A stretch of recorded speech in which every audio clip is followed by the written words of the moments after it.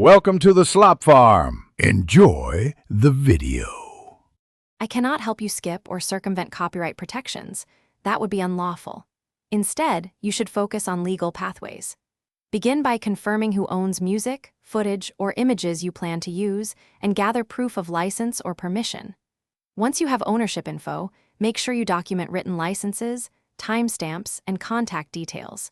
This prevents disputes and supports legitimate claims if a takedown or content ID match appears. Follow lawful steps rather than trying to bypass protection. Next, obtain explicit permissions and licenses before uploading.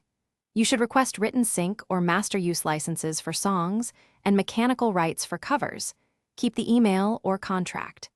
If you use Creative Commons content, verify the specific license and supply the required attribution and share-alike notices.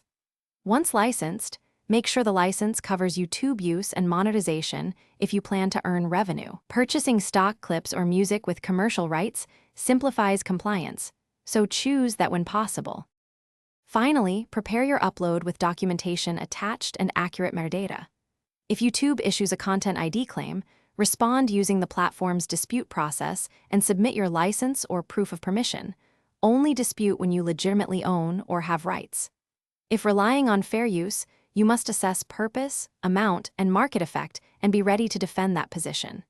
Make sure to back everything up with contracts, invoices, or emails so you can resolve disputes quickly and lawfully. Thanks for watching. Consider subscribing if we helped you today.